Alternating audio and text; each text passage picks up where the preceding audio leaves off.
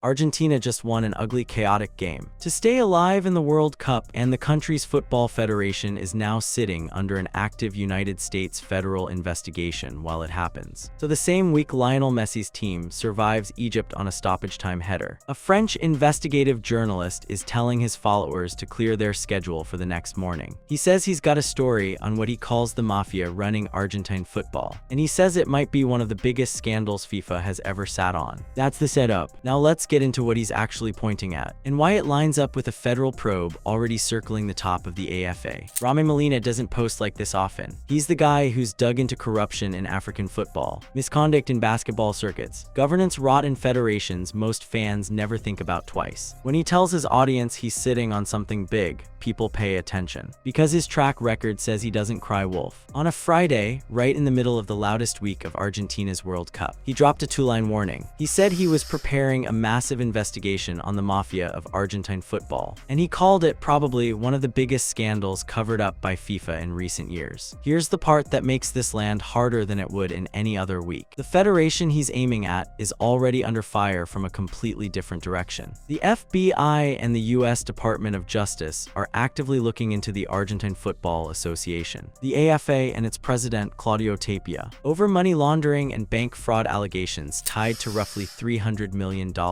in transactions run through the American financial system. That's not a rumor floating around Buenos Aires talk radio. That's federal agents in Washington and Miami taking sworn testimony. So you've got two storylines converging at once. On one side, a journalist known for cracking open institutional corruption says he's about to drop something FIFA has apparently sat on for years. On the other side, American investigators are already 3 months into tracing where AFA money actually went. And both of these are happening while Argentina is on the pitch, fighting to survive the biggest tournament in the sport. The federal piece is concrete. Investigators are examining how more than $300 million moved through the US financial system, tied to the AFA's international commercial deals, funneled through a Florida-based company called Turprodenter LLC.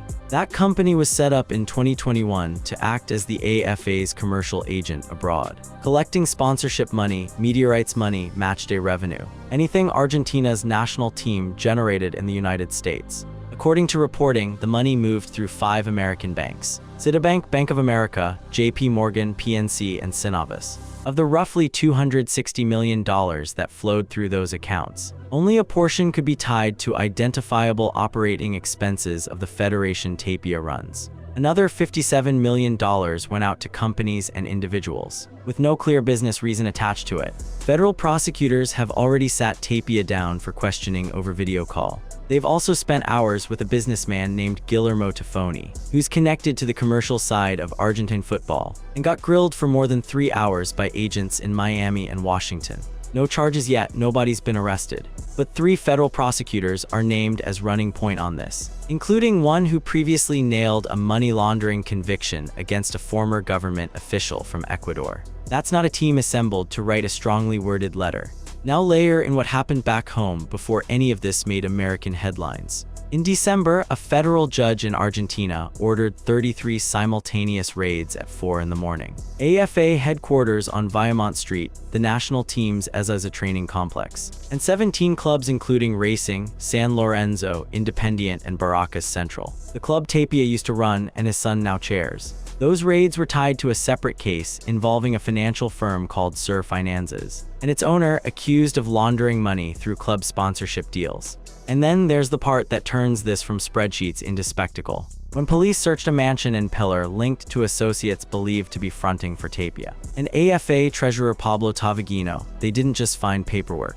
They found a shed, inside it 54 vehicles, 45 of them luxury or collector cars, plus 7 motorcycles and 2 go-karts. A Porsche 911, an Audi R8, another Porsche Carrera S, a Ferrari F430. The property itself sits on more than 10 hectares and comes with a heliport, a horse training track, and a stud farm.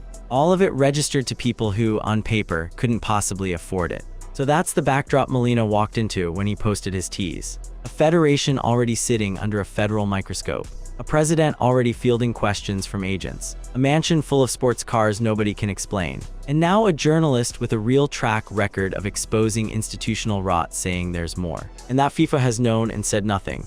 To understand why Molina's post carries weight, you have to look at what he's built a career doing. He's spent years digging into places that don't get scrutiny. Misconduct in African basketball leagues, governance failures inside continental football confederations. Stories that took months of source building and paper trails most outlets won't touch. He's not a headline chaser, he's the guy other journalists quote once he's done the digging.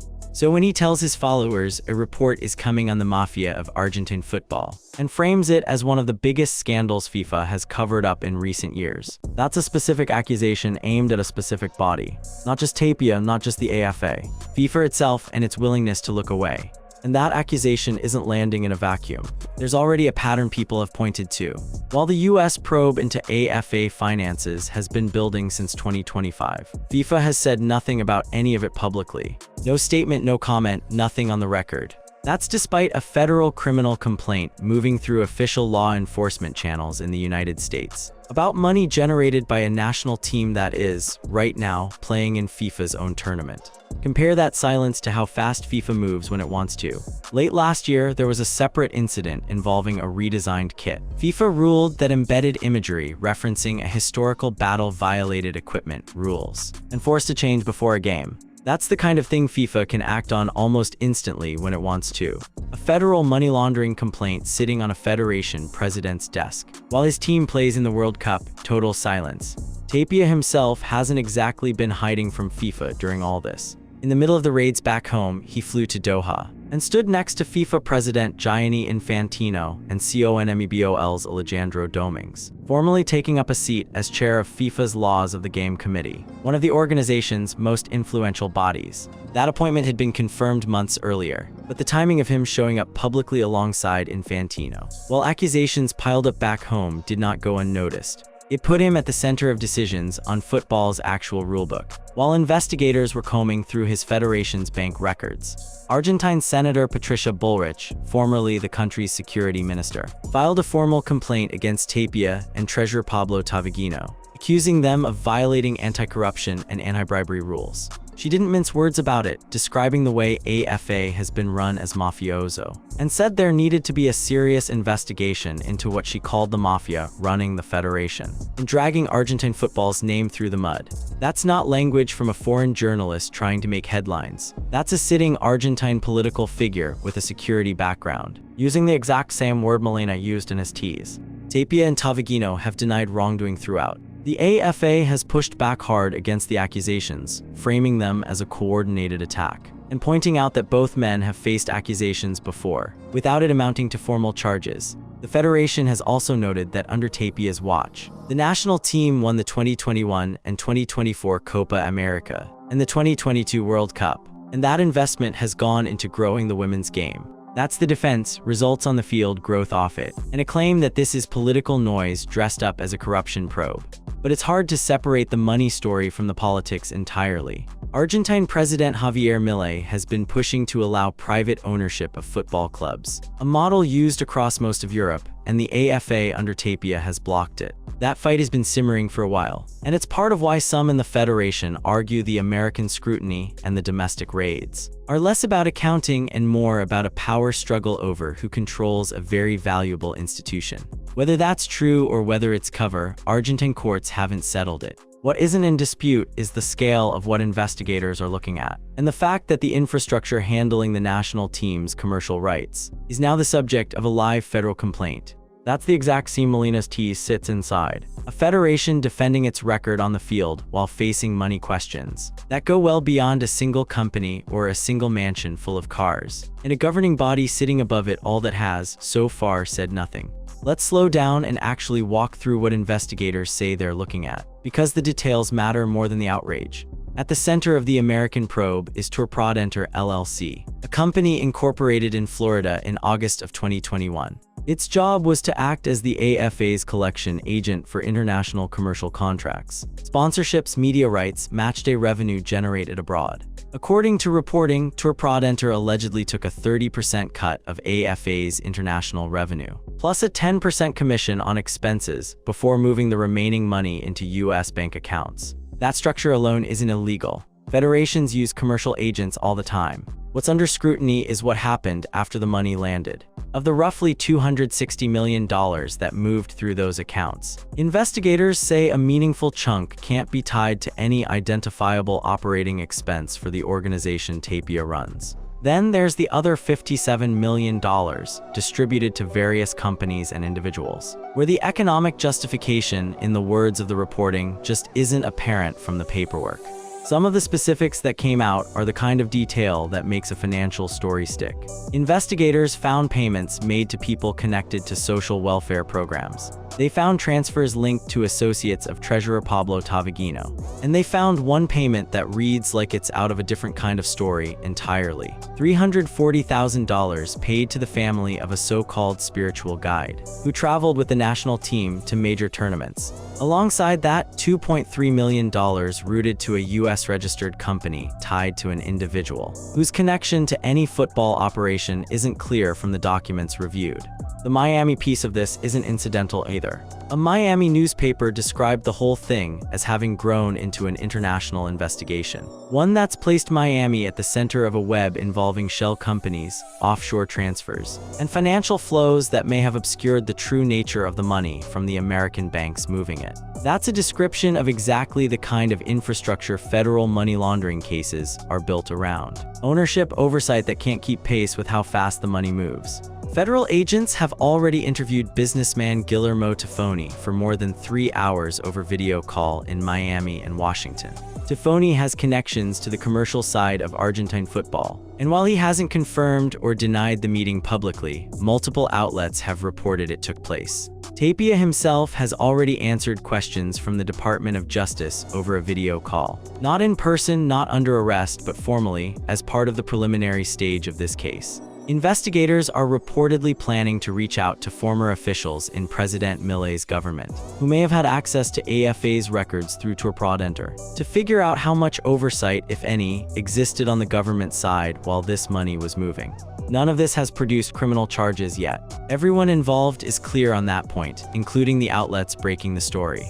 This is still described as a preliminary investigation, and the Department of Justice hasn't decided whether to escalate it into a formal indictment. But the legal mechanics matter here, because so many of these sponsorship and media rights payments moved through American banks. Citibank, Bank of America, JP Morgan, and others. Federal prosecutors may have jurisdiction over transactions that technically happened outside Argentina, as long as US financial institutions touch the money. That's the exact same legal framework the Department of Justice used back in 2015, in the case that blew up FIFA's own leadership, and reshaped how the entire sport's finances get policed. If you remember the images of FIFA executives getting arrested in a Zurich hotel a decade ago, that case was built on the same jurisdictional logic being used here.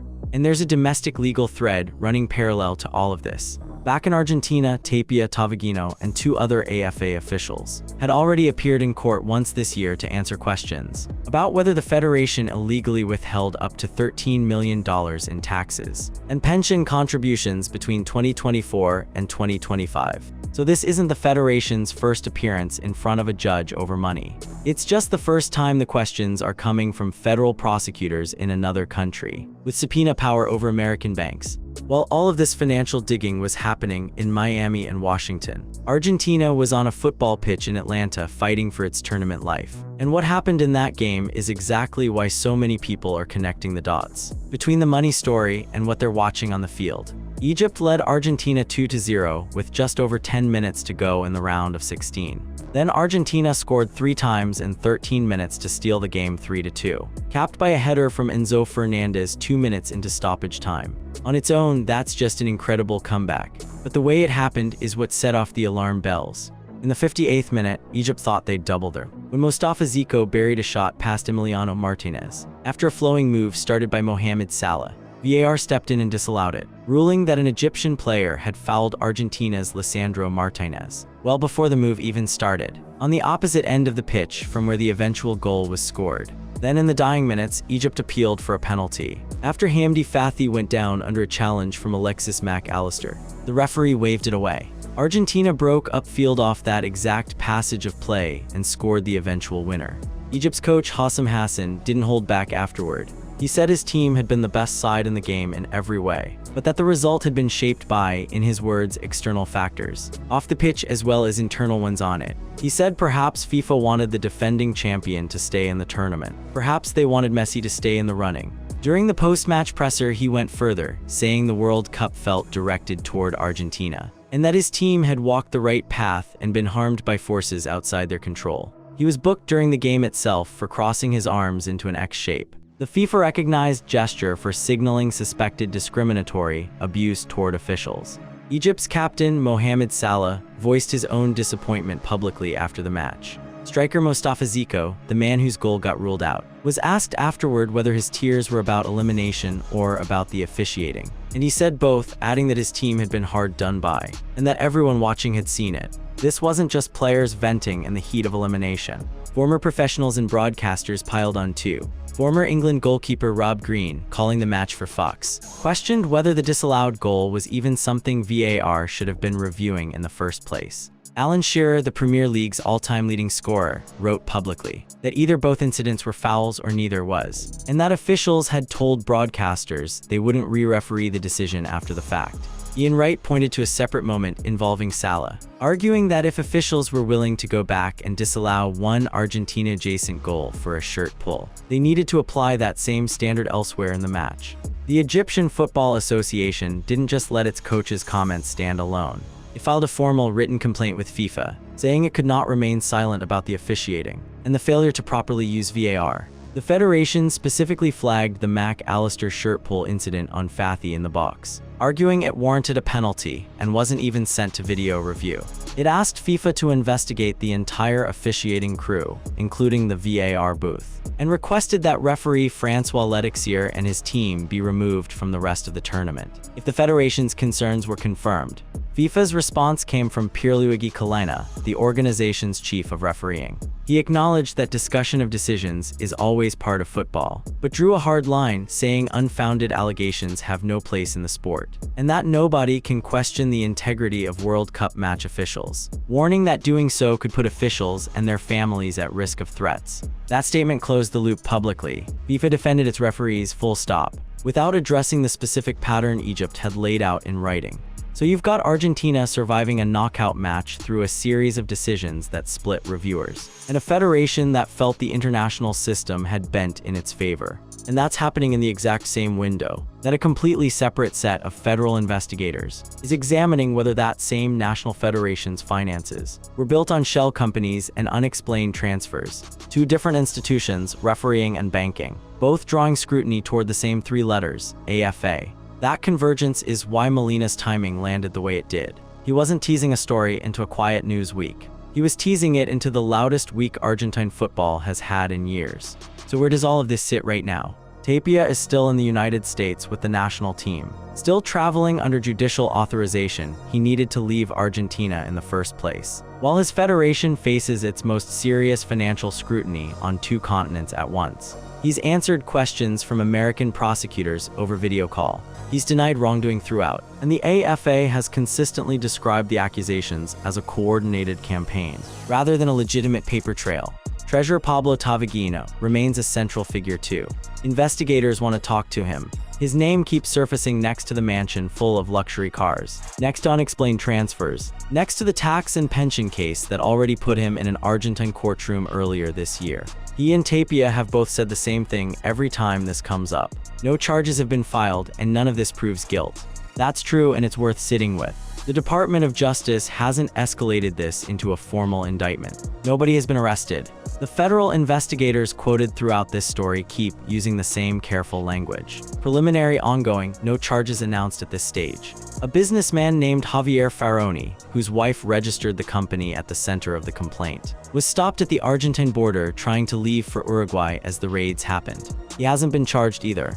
But the direction of travel is what makes this different from just another accusation cycle in South American football politics. Three named federal prosecutors are working this case across 2 U.S. cities. One of them has a track record of putting away foreign officials for exactly this kind of laundering scheme. Witnesses have already sat for sworn testimony. The Department of Justice is actively weighing whether to turn a preliminary review into a formal criminal case. And it's using the same jurisdictional tool that took down FIFA's own leadership a decade ago. And FIFA's posture through all of it hasn't changed. The organization has stayed publicly silent on the money questions, swirling around one of its own member federations, while that federation's team plays in its flagship tournament. The only public FIFA voice in this entire saga has been Kalina, defending the referees against Egypt's complaint, not a word on the finances.